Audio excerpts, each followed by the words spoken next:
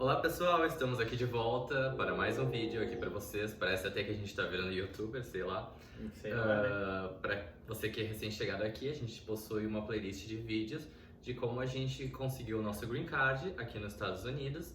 A gente fez o visto EB3 e hoje a gente decidiu trazer um vídeo um pouco diferente para vocês. A gente recebe uma enxurrada de comentários De perguntas, né? de todos os tipos, alguns são coerentes, alguns não nem tanto. Mas tem muitos comentários que realmente são muito bons e que deve ser a dúvida de muita gente. Inclusive, uma coisa que eu fazia muito quando a gente estava pesquisando para aplicar para esse visto era ler os comentários nos vídeos das outras pessoas. Então a gente hoje vai ler os comentários, alguns comentários de vocês. A gente pré-selecionou alguns, né? Isso, pré-selecionamos alguns comentários de vocês e a gente vai responder aqui. Até porque vai ajudar muita gente, eu acredito, esse vídeo. Então, já deixa seu like. Se você não é inscrito ainda, se inscreva, porque vai ajudar muito esse conteúdo para vocês. Então, vamos lá. Esse comentário, ele veio hoje para a gente, nesse dia que a gente está gravando o vídeo. E ele já nos chamou a atenção, então nós já vamos começar por ele. Então, lá vai. Se o sponsor não quiser renovar o contrato com você, são obrigados a retornar ao Brasil? Parabéns pelo conteúdo. Tenho certeza que está ajudando muita gente. E aí? Então, respondendo essa pergunta, eu até achei que era um pouco mais claro do que é referente ao visto B3, até me chamou bastante atenção isso. Porque assim, a grande jogada do visto B3, uma das partes mais legais do visto B3 é a seguinte: a maioria dos contratos de trabalho, eles prevêem que você, isso é uma questão de quase honra e moral, você trabalhe, você se comprometa a trabalhar pelo menos, no nosso caso, por exemplo, também 1 ano para o seu empregador. Após completado esse ano, essa é a parte boa do Web3, você está livre para ir trabalhar onde quiser, para ir morar onde quiser, e o Green Card ele não tem restrições, ele é, eu diria indeterminado, mas ele tem validade de 10 anos, né? Lembrando que em 5 você pode perder cidadania. Então ele é livre para ir. Mas a segunda parte dessa pergunta respondendo, no nosso contrato pelo menos diz que após esse 1 ano, se a gente quiser continuar lá, a gente é muito bem-vindo por prazo indeterminado. Ou seja, quiser continuar trabalhando na empresa, pode continuar, fica à vontade. Inclusive eles gostariam, já me pediram se eu pretendo continuar. Então vamos lá para a segunda pergunta. Boa noite. Gostaria de saber, por favor, qual a área foi a vaga? Para ter uma ideia, já que vocês conseguiram o mais difícil, que é sem qualificação. Obrigado. A gente fez o EB3 Unskilled, tá? Em 3 categorias, que é a Skilled, a Priority Workers e a Unskilled.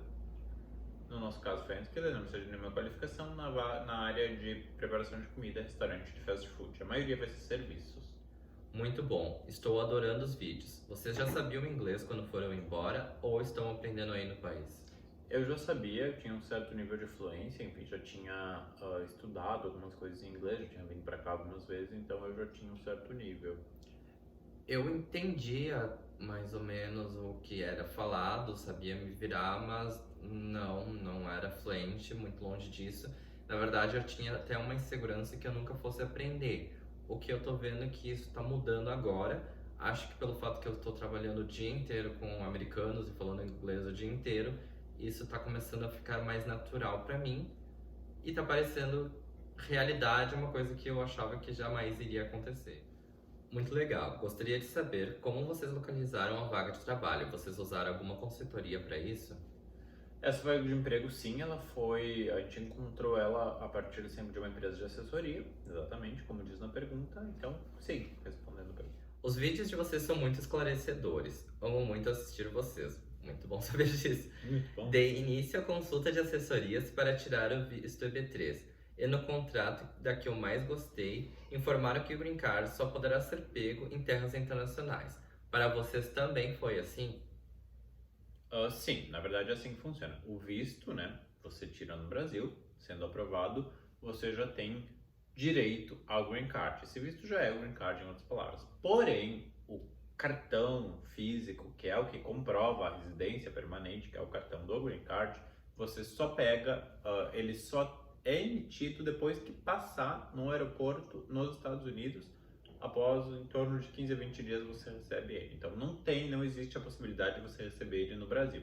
Você recebe no Brasil o visto aprovado, que é o Green Card, em outras palavras. Quanto tempo demorou o seu processo depois da aprovação do I-140? Estamos no processo e estamos aguardando o e-mail com o agendamento da entrevista. Muito ansiosos. Entendemos bem. Primeiramente, parabéns, né, para quem tá aí. Segundo, depois do nosso I-140 foi aprovado entre o fim de junho e começo de julho de 2021 e a nossa entrevista foi em fevereiro de 2022. Então coloca aí em torno de 6 a 7 meses, tá? Isso eu falo época ainda falando-se em pandemia, então tudo estava um pouquinho mais lento. Eu imagino que esteja começando a normalizar, então seja um pouquinho mais rápido. Eu diria uns 4, 5 meses, provavelmente. Então vamos para a próxima pergunta. Rápido que não é, né? Não é rápido, mas o tempo passa igual de qualquer maneira, estando aplicando ou não. É um processo, é um pensamento, é um projeto de vida, então é uma decisão, né, que tem que tomar. Então vamos para a próxima pergunta. Ótimo vídeo, obrigado por compartilhar conosco. Pergunta 1. Vocês acham ruim dar entrada no EB3 sem nunca ter pisado nos Estados Unidos? Eles perguntam isso, será? Pergunta 2. Taxa de emissão do Green Card, vocês pagaram, esperaram ou receberam nos Estados Unidos ou receberam no Brasil? Primeiro, a primeira pergunta. Eu acho que não muda absolutamente nada, não Também vai ter acho que pisado não. nos Estados Unidos, tá? Inclusive a gente sabe de pessoas que fizeram esse visto e nunca tinham pisado nos Estados Unidos. Na verdade, eu acho que, não que eu acho que influencie, mas acho que não que faz, e também não que facilita, só que não prejudica, porque os pontos que que teria de negativo na tirada desse visto é de ter algum histórico ruim.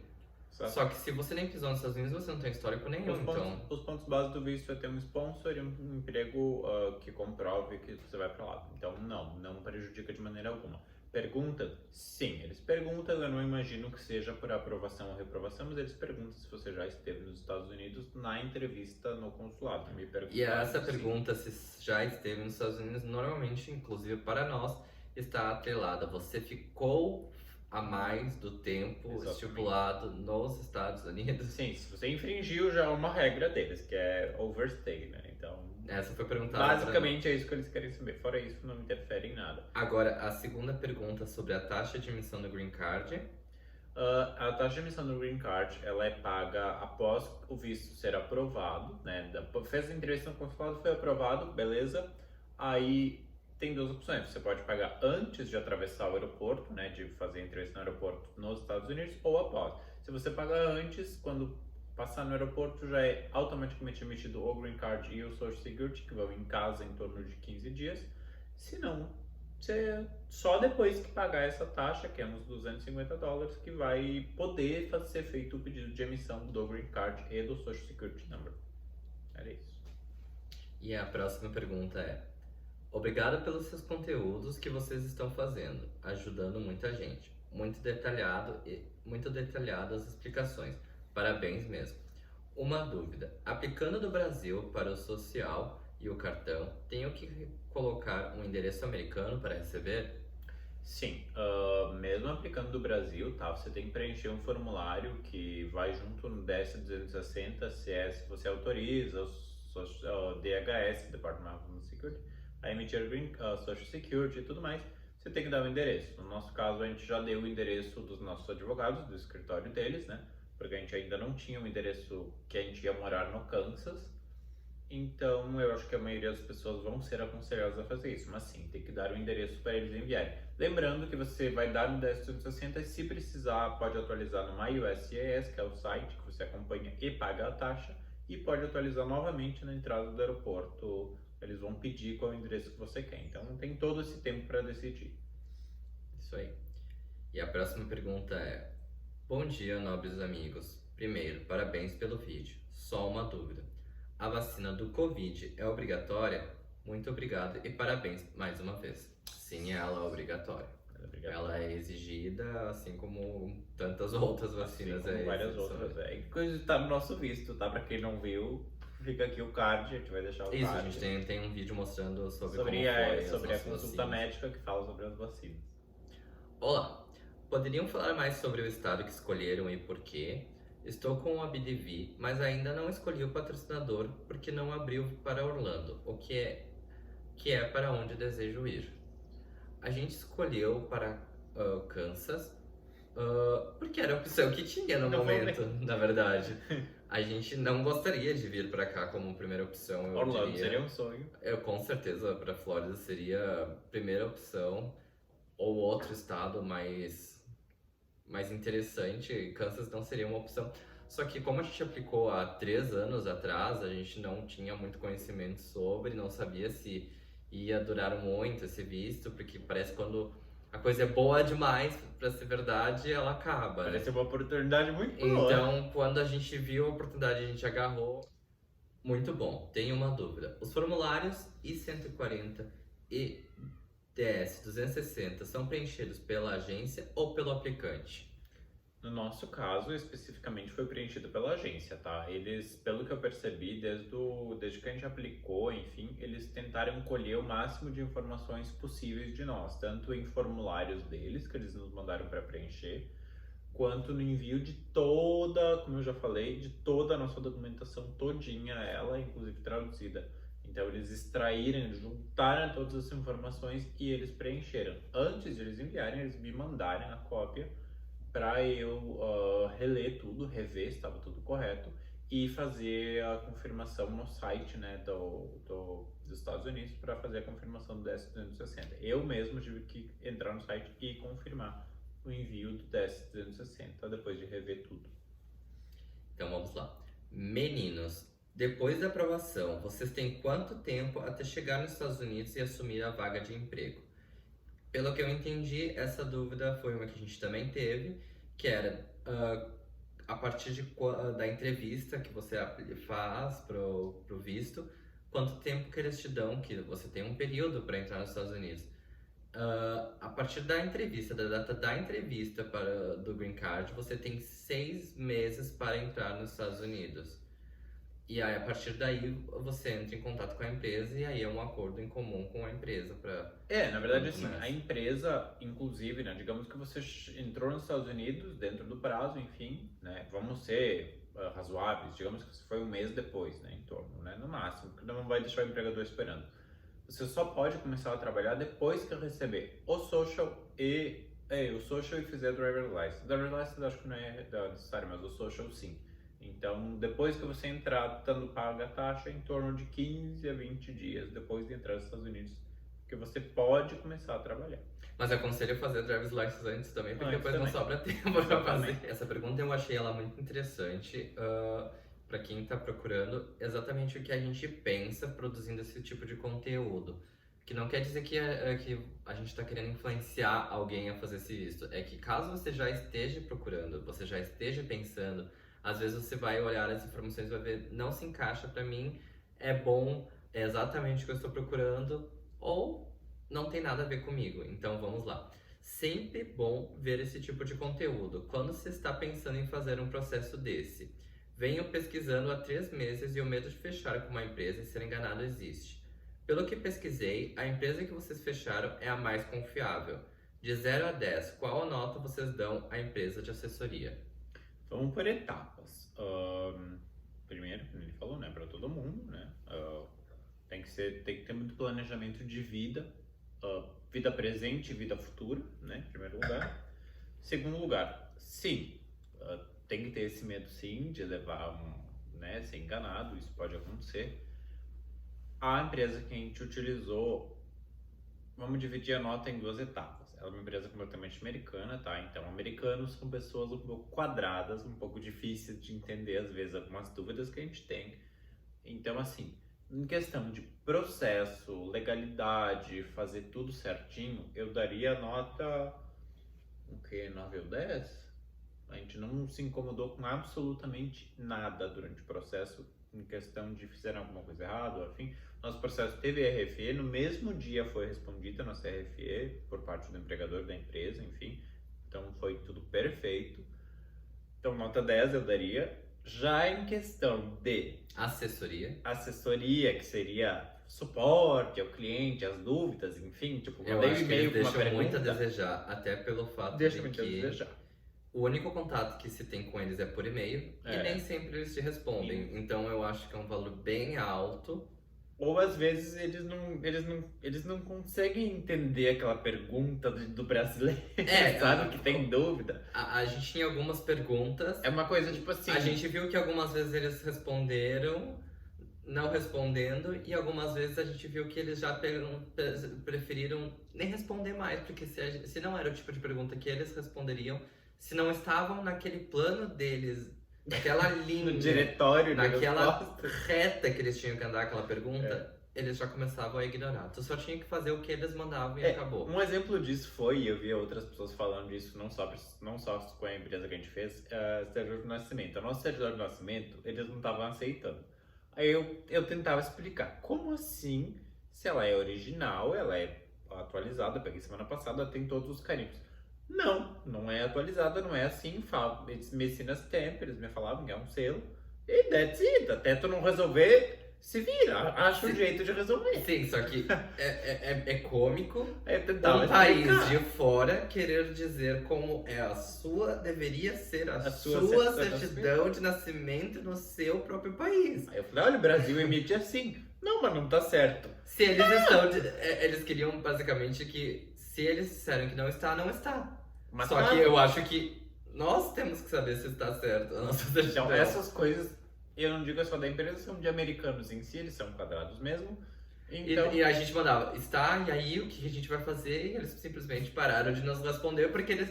E daí tava acabando o prazo, foi um dos exemplos, estava acabando o prazo que nós tínhamos que reenviar a nossa certidão de nascimento.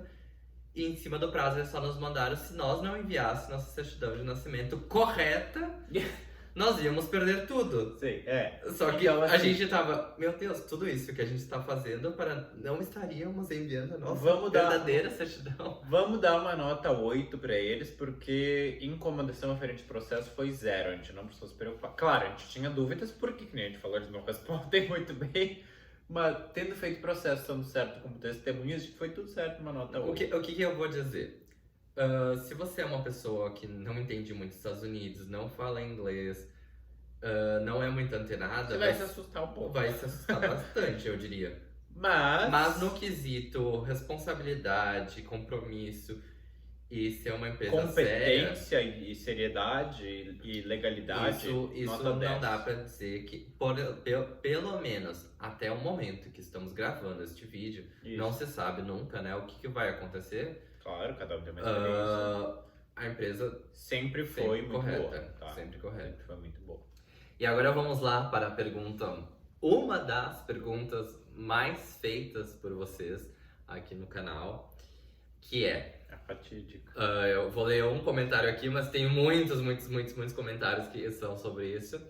Meninos, como a gente faz para encontrar o mesmo escritório que deu todo o suporte para vocês e qual foi o valor total desse suporte? Agradeço imensamente o carinho que vocês têm com seus seguidores. Muito obrigado, inclusive, pra Sim, você. muito obrigado. Então, respondendo essa pergunta. O escritório que a gente fez, todo o nosso processo do começo ao fim, de achar a vaga até receber o green card, o cartãozinho plástico dentro de casa nos Estados Unidos, foi a BDV Solutions,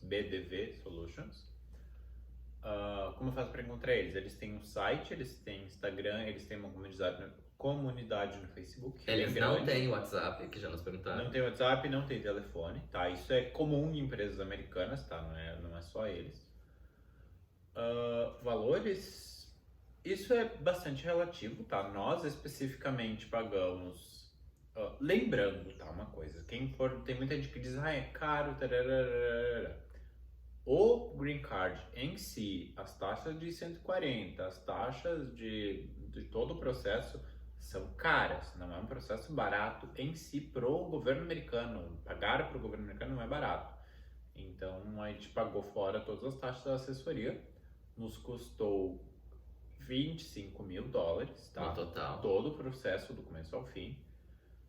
Lembrando que só os 140, só o Premium Processing, que é para andar mais rápido os 140, se você quiser, né? Isso é opcional, não é obrigatório, custou $2.500 sozinho. Então, assim, não é Que é uma opção. Que é isso, uma opção, né? que A eu gente falei. escolheu pagar isso. Então custou $25.000 do escritório, foi a BDV Solution. A gente sabe de empresas que parcelam, a gente sabe de empresas que têm um valor um pouquinho menor hoje em dia também, né? Que já tudo ajuda, né? Afinal é dinheiro e tá difícil. Mas o processo custa em torno, vamos botar uma média de 20 a 25 mil dólares em praticamente todas as empresas sérias, eu diria. Tá? Sim, conforme você tem mais dependentes, aumenta Em ali. torno de $1.000, $1.500 Isso, por dependente. Por dependente aumenta. O processo é No basicamente caso, esses nossos 25 mil já 20%. incluía eu como um dependente. Exatamente. Então, se fosse o teu sozinho, sem o Premium Process, ia custar uns 20 mil. Na nossa empresa, tá? Existem empresas um pouquinho mais baratas. Isso a gente pode falar hoje. Vamos para a próxima. Parabéns pela trajetória de sucesso. Pretendo iniciar meu processo esse ano e tenho muitas dúvidas sobre o exame médico e principalmente as vacinas exigidas. Claro, nós também temos várias, pois quero adiantar algumas e não deixar tudo para a última hora. Se puder fazer um vídeo contando sobre, agradeço. Então, gente, para quem não sabe, a gente tem um vídeo falando sobre isso, tá? Vai ficar aqui o card e vou deixar na descrição o link. Nesse vídeo a gente fala, ele se chama Como é a Entrevista Médica, fala tudo que eles perguntam, todos os exames, aonde a gente fez, como foi, quanto custou e todas as vacinas que são exigidas, realmente exigidas. Porque a gente fez um caminhão de vacinas que tem nos sites das embaixadas, né, uma lista gigantesca. E na verdade o médico nos atualizou que só precisava das vacinas tal, tal e tal. Então a gente tem tudo naquele vídeo, tá? Explicando sobre isso. Eu tô adorando isso, de ter vídeos como resposta, É porque, tipo assim, o guia lá. porque às vezes tem umas perguntas bem complexas, que como a gente já se deu o trabalho de pegar, gravar um vídeo sobre, é mais Já fácil a passou gente sobre mandar isso. o link que a pessoa entende bem mais claramente do que a gente respondendo Explicar no toda comentário, vez e né? rápido, né? Então eu vou deixar aqui o link, enfim, e o card do vídeo para vocês saberem qual é. Próxima pergunta. Também ela é bastante interessante, tá? Até fiquei surpreso com a pergunta. Vamos lá. A minha dúvida foi uma só. Todos os advogados dizem que o empregado não pode pagar nada, e sim o empregador. Tem que pagar todo o processo e o custo é $12.000. Então a pergunta é, por que a empresa Solution, né, que seria a BDV, cobrou de vocês? Então, em primeiro lugar, o empregador, ele legalmente, ele só tem a responsabilidade de pagar a parte da solicitação, a permissão de trabalho, né, o PERM. O que inclui isso de custos pro empregador? Inclui anúncio nos jornais, anúncio nos rádios, todos os custos relativos à petição junto ao Department of Labor da permissão de trabalho. Já toda a questão imigratória, que depois que a É uma permissão de responsabilidade trabalho, sua. depois que a permissão de trabalho é aprovada, aí você ganha o direito de solicitar à imigração a permissão para imigrar nos Estados Unidos, baseado na permissão de trabalho aprovada que você tem. Daí em diante o problema é teu, não é do empregador. É O claro empregador que ele pode pagar o seu processo, mas ele não é a lei obrigado não a pagar. obriga ele, isso é bastante claro, tá? A gente já viu outras pessoas perguntando, ele não tem nenhuma obrigação. Se ele por boa vontade quiser pagar, tudo bem. Então a BDV cobrou de nós, já que essa é a pergunta, toda a parte burocrática, advogados. Não, eu ia ter que aí contratar já um tá uma advogado. parte que se você mesmo tem essa informação, que só a parte advogado custaria em média uns 12 mil, como a gente informou, 2.500 a gente pagou pelo Premium Process de andar mais rápido uma A etapa. gente tá falando de 15 mil aí já. Então a gente tá em 15. Taxas de green card, taxas de 140, Inclui as taxas ali. tempo. Aí você vê, já tá encostando ali. Estados Unidos tempo é dinheiro e a gente tem experiência já em contratar advogados, enfim, de anos, e nenhum cobra menos que 12 mil, que nem ele acabou de falar. Então isso é preço base. Só Não é como que nem eu acabei de falar em o próprio comentário de Sim. uma pessoa que sabe que um advogado cobraria em média Só uns 12 mil advogado. para esse processo. Então, assim, eles cobraram de nós todo o resto, menos a parte que é a obrigação do empregador, que é apenas exclusivamente a permissão de trabalho. Porque sim, Isso é o que está na lei, você não pode pagar pela vaga de emprego. Essa Exatamente. parte, o Essa é a parte da empregador legalidade. tem que pagar todos os custos, você não pode pagar. Mas Você- o processo Mas a parte do seu imigratório... processo, a sua documentação, o empregador não tem a obrigação de Exatamente. pagar. Até porque pode acontecer de ter tudo aprovado na questão de labor, né, de permissão de trabalho, e pode ser que você não seja aprovado para imigrar nos Estados Unidos. Tá? Isso é muito raro, tá? Mas estou tentando exemplificar que são coisas completamente separadas. Vamos lá. Então, esse comentário que eu vou ler agora, ele é um comentário bem interessante de um inscrito. Ele traz valores atualizados de uma empresa. Essa empresa está sendo bem comentada. Tem alguns inscritos e algumas pessoas que a gente conhece que está aplicando para essa empresa. Ela é uma empresa séria, aparentemente. Sim. E ela tem uma vantagem que ela tem uma assessoria em português, feita por brasileiros. Inclusive, eles até comentam que você tem um atendimento ali diretamente Mais pelo pessoal, WhatsApp, sabe? mais pessoal. Então, a gente achou um pouco mais interessante do que a nossa que a gente fez, inclusive. Então, vamos lá. Em agosto de 2021, eu encontrei a Kennedy. Eles me passaram tudo certinho sobre como funciona e o valor do processo total. É de $20 mil. 3.500 pago na assinatura, mais 350 como primeira parcela do parcelamento, daí fica 19 vezes de $350. Já ajuda muito. No nosso caso nem teve parcelamento, foi 2 vezes e aí se acabou. Foi 10 mil na entrada e 15 mil no fim. Vamos lá, vamos recapitular. Depois fica 3.500 antes do formulário do E 140. Não. Fica 19 vezes de 350, depois fica 3.500 antes de preencher o I-140. Depois, mais os 700 da taxa do I-140, e daí o restante do valor que não foi pago ainda deve ser feito antes de aplicar o DS-260. Tá? Isso é normalmente prático, o DS-260 é a última etapa. Daí ele continua. Para quem está no Brasil, não é tão caro pagar 100 mil e ir tudo mais legal e tranquilo. Porém, é a demora. A etapa de... Eu tenho um parênteses aí. Porém, é a demora. Porém, você tem mais tempo para pagar. Então, mais tempo para pagar, mais tranquilo fica. Senão... a etapa de vocês demorou quanto tempo e custou quanto no total? Além disso, conta pra gente quantos dólares vocês levaram quando chegou aí, como foi e etc. Abraços, mais um inscrito. Não parem com os vídeos, vocês estão sendo recomendados pelo YouTube. Se precisar de alguma ajuda com o canal, a página no Facebook, eu trabalho com isso. Abraços. Muito obrigado, a gente já entrou em contato com você, inclusive. Tá, primeiro, ali dos valores, a gente achou que os valores dessa empresa estão bons. No nosso caso, a gente pagou 3 anos atrás $25 mil em torno. Em 2 vezes. Em 10 duas mil vezes no primeiro dia que a gente aplicou. Não teve parcelamento. E 15 mil no fim. E ali já responde uma outra pergunta também, quanto tempo levou? 2 anos e meio. Isso, a gente levou mais ou menos 2 anos e meio. A gente está morando e trabalhando aqui em torno de 2 meses. Já. E quanto dinheiro a gente trouxe? Tá, aí tem um porém.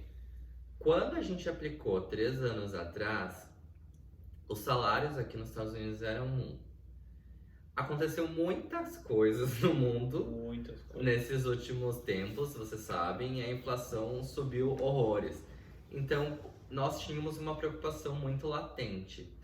Se o salário do visto ia ser aquele mesmo de $8, que eu acho que era. era. $8,25. $8,25 por hora da época, com esses custos de hoje. Isso dava em torno de $1.200 o salário, né? Um aluguel, exclusivamente o aluguel. Só o nosso aluguel dá $1.800. É $1.200. E isso é uma faixa nacional, tá? Não é onde em qualquer lugar que você for vai pagar em torno de $1.000 a $1.200 o aluguel. Então a nossa grande preocupação era, a gente durante este período de 1 ano... Claro, o meu salário, né? Os outros dependentes podem trabalhar em qualquer outro lugar. Então isso é um complemento do salário. Mas lembrando que você tem que comer, você tem que pagar luz, celular, internet. Se tiver filhos, muito mais, né? Então a gente tinha em mente que somente o salário dele não era suficiente nem para pagar o nosso aluguel. Então A gente veio preparado para que durante esse período de um ano, se tudo desse errado, que digamos assim, o salário dele contava que não pagava aluguel. E claro, eu poderia trabalhar ainda, e esse era o plano, mas a gente não sabia o que ia acontecer, a gente veio preparado para pagar o aluguel. A gente veio com em torno de 20 mil dólares? 20 e pouco, 23, 24 mil 23 mil dólares.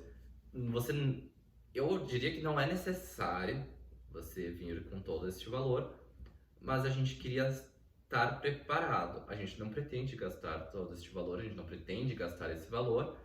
A gente tem a intenção de, até porque quando a gente chegou aqui, o salário dele foi atualizado com o salário atual do momento, e eu também estou trabalhando desde o início do que a gente está aqui, então a nossa intenção é pagar as nossas contas e o aluguel e tudo mais com o dinheiro ganhado aqui, não usar este dinheiro que a gente trouxe. Mas ainda assim a gente usou nos primeiros meses, sim, porque até começar a trabalhar foi quase um mês.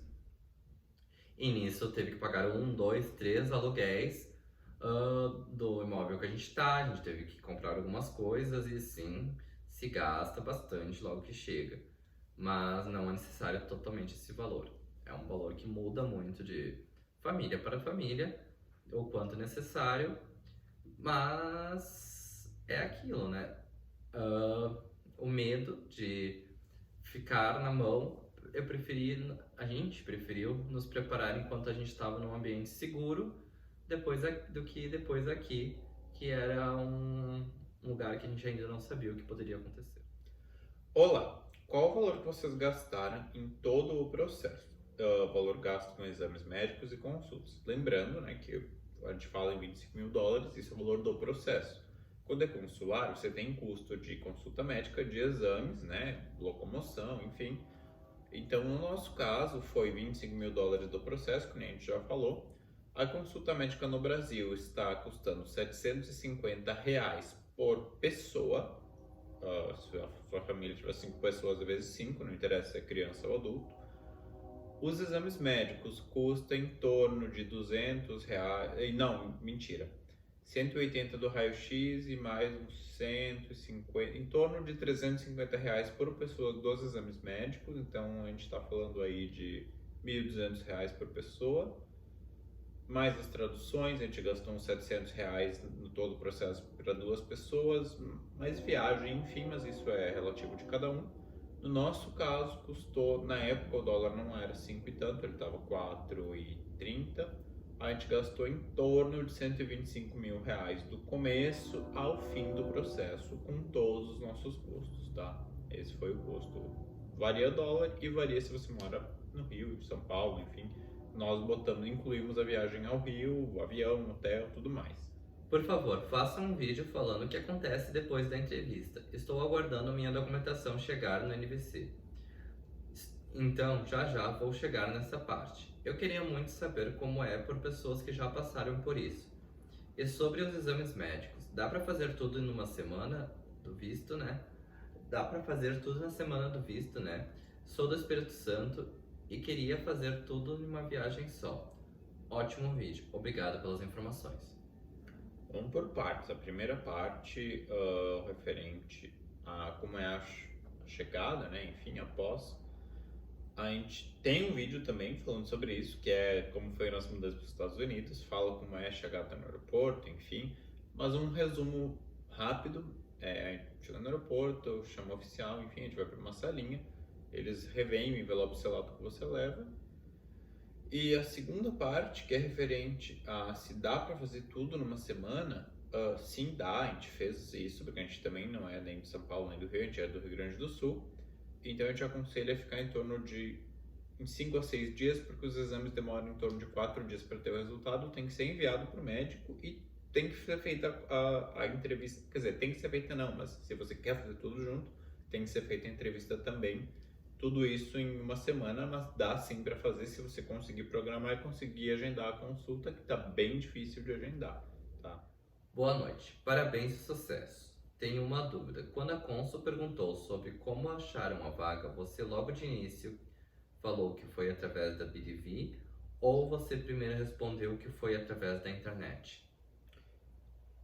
Então, assim que a Consul perguntou, eu falei que eu já estava buscando uma maneira de migrar legalmente para os Estados Unidos, né? Enfim, eu encontrei o visto EB3 e junto nesse mesmo tempo eu Estava falei procurando que vagas. eu estava procurando vagas e com isso eu encontrei essa empresa que ela fazia a ponte, foi exatamente isso que eu respondi, o link entre as pessoas que estavam buscando vagas e as pessoas que estavam disponibilizando vagas. Então eles tinham os sponsors que estavam pretendendo trazer pessoas de fora para trabalhar nos Estados Unidos e eu, né, ou nós que estamos buscando vagas para isso. Então sim, eu respondi logo de cara que eu achei a BDV e que eles me auxiliarem em todo o processo, tanto na questão burocrática, a qual eu não tinha conhecimento, quanto na questão de relação com o sponsor, enfim, fazer toda essa ponte para fazer todo o processo funcionar.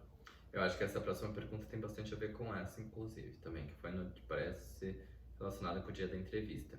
Muito bom o vídeo, bem explicativo. Pergunta 1. Eles perguntaram se vocês pagaram pelo emprego?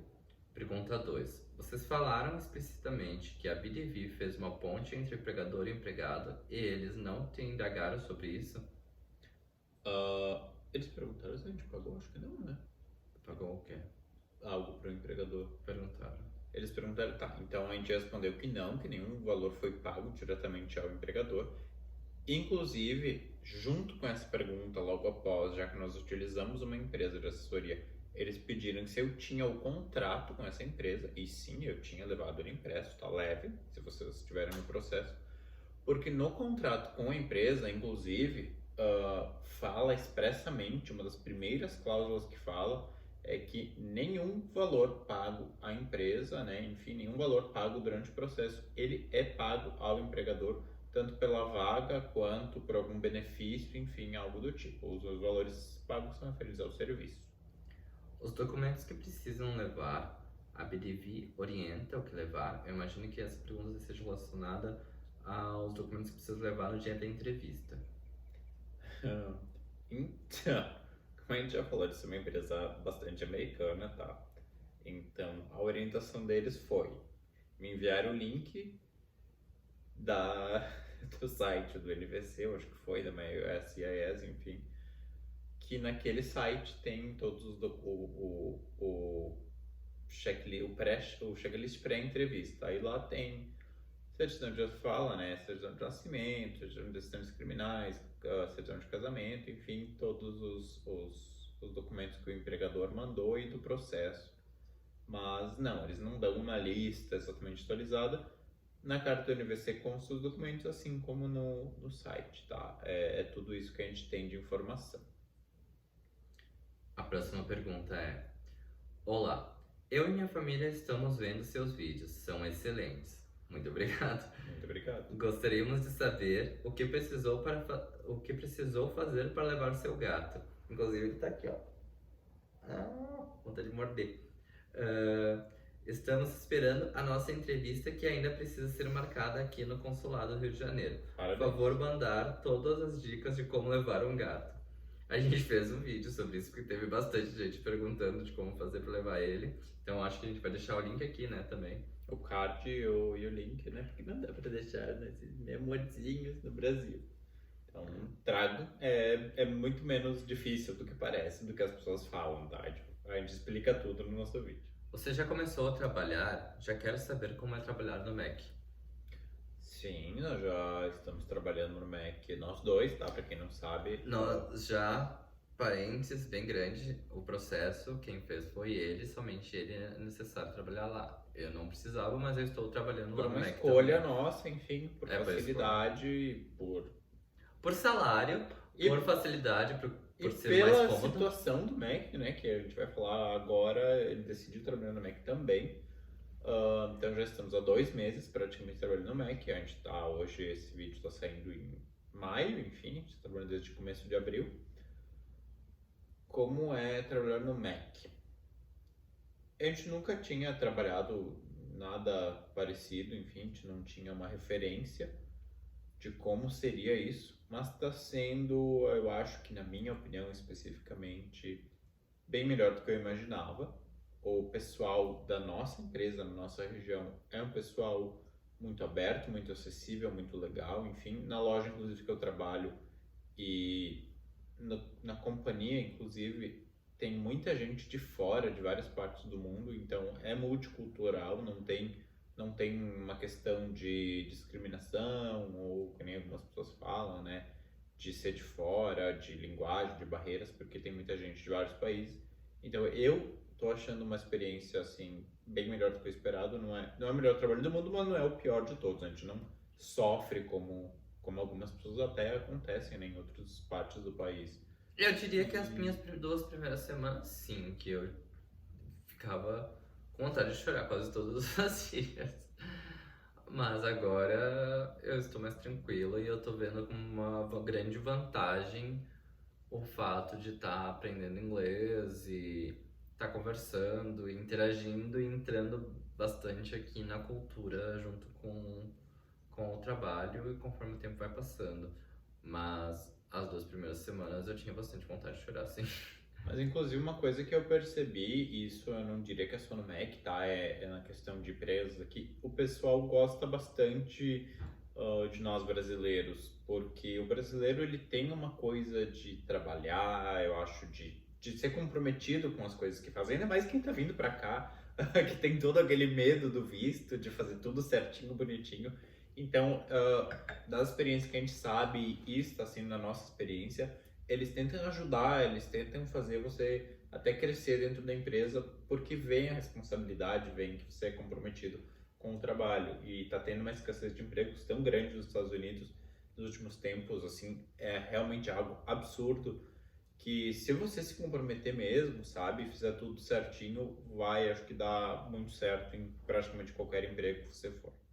Parabéns pelo canal e pela vida nova aí. Espero que alcancem o sonho americano. Uma curiosidade, qual era a profissão de vocês lá no Brasil? Então, eu sou formado em design de interiores. Eu sou formado em comércio internacional no Brasil. Só que a gente era empresário, a gente tinha montado uma empresa do zero e essa empresa deu certo. Enfim.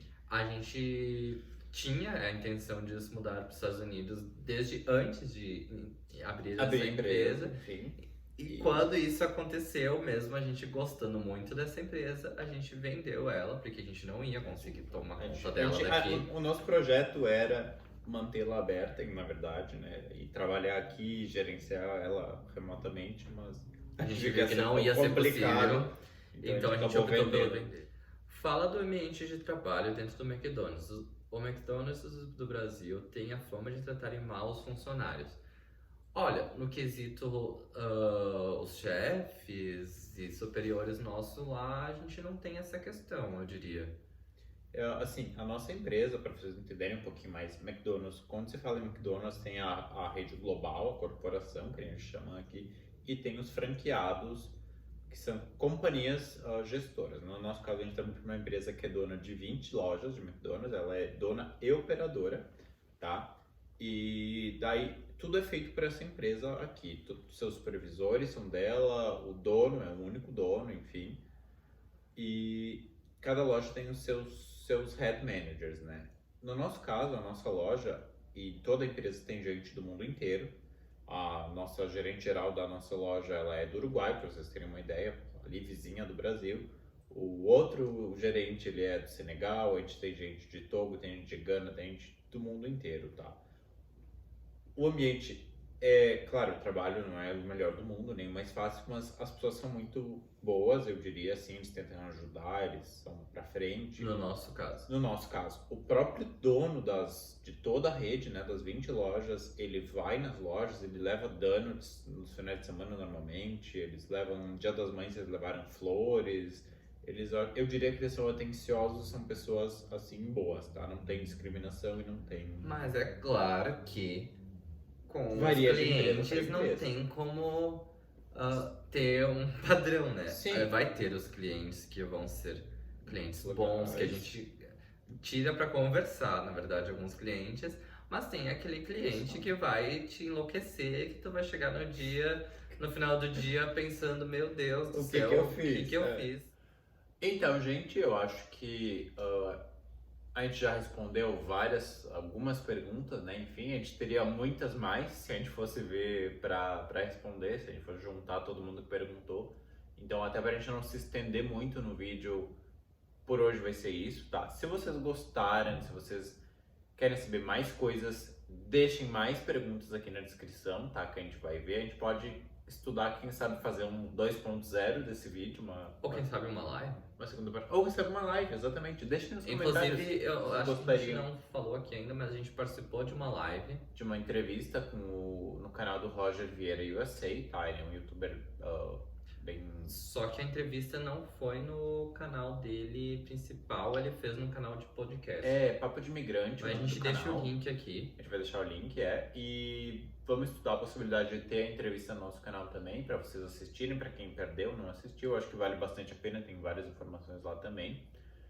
E, que nem eu falei, deixem nos comentários se vocês gostariam de uma live, se querem mais perguntas, se querem uma parte 2.